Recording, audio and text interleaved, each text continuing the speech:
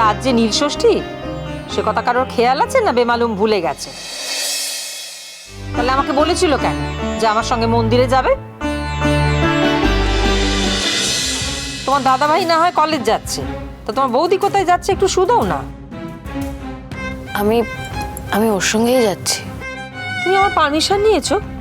একটা অনুমতি নেবার প্রয়োজন বোধ করো না? না যখন তখন বাড়ি থেকে বেরিয়ে যাচ্ছ। না না, আমি তোমাকে বলেই যাচ্ছিলাম, আমি অকাজে তো বেরোচ্ছি না। তা তোমার কাজটা কি শুনি? চাকরির চেষ্টাটাও তো করতে হবে। তুমি ইয়েকে ইয়ে দেখাচ্ছ না, মানে আমাকে হাইকোর্ট দেখাতে চাইছো? আমি বুঝতে পারছি না, আমাকে একটা কথা পরিষ্কার করে বলো, তুমি কি করবে? তুমি এখন সব অফিসে অফিসে ঘুরে দরখাস্ত জমা দেবে? এখন এসব হয় নাকি? না, তুমি ঠিকই বলেছো, এখন তা হয় না। আমি আসলে একবার ইউনিভার্সিটিতে যেতাম, ওখানে আমার একজন স্যারের সঙ্গে দেখা করার ছিল।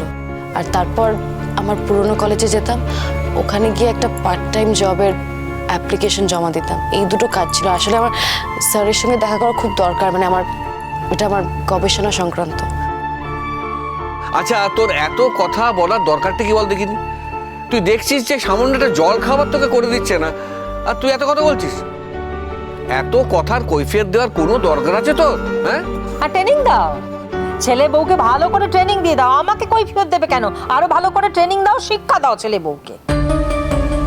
সকাল সকাল উঠেই ঝামেলাটা, রোজকার ঝামেলাটা আমার আর ভালো লাগছে না। তা কি করবো? মুখে কুলু পেটে বসে থাকবো? যা যা ইচ্ছে তাই করবে আর আমি সব সহ্য করে মুখে কুলু পেটে বসে থাকবো, এই তো? তা আমি কি অন্যায়টা করেছি? আমি তো সকালবেলা উঠে রেডি হয়ে ইউনিভার্সিটি যাচ্ছি, এটা তো আমার কাজ।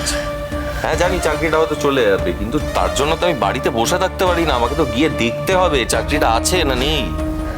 আচ্ছা যাও, তুমি যাও না, তোমার বউ তোমার পেছন পেছন ছুটছে কেন? যা যা ইচ্ছে তাই করছে। বাড়ি তো নয়, যেন একটা হোটেল হয়ে গেছে। সকালবেলা জল খাবার চাইছে, রাত্রিবেলা এসে আবার। তো হয় তোমায়, খাবার খাবার নিয়ে এভাবে বলো না আমাকে। আমাকে না আমার মাও জোর করে খাওয়াতে পারতো না, আর রাগ হলে তো আমি খেতামই না।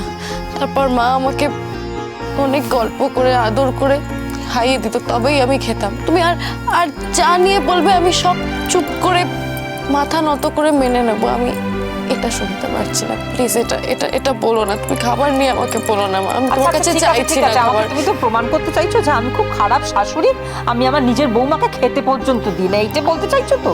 আরে বাবা, দিচ্ছ তো না, আবার বড় বড় কথাও বলছো। হ্যাঁ, তার যে নীল ষষ্ঠী সে কথা কারোর খেয়াল আছে না বেমালুম ভুলে গেছে?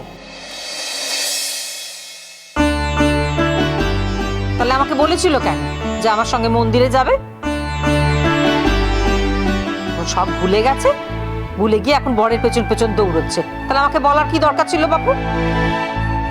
সে কথাটা তো তুমি বৌদিকে বলতেই পারতে। তা নীল ষষ্ঠীর দিন যে উপোসও করতে হয় সেটুকু জ্ঞানগম্যি আছে?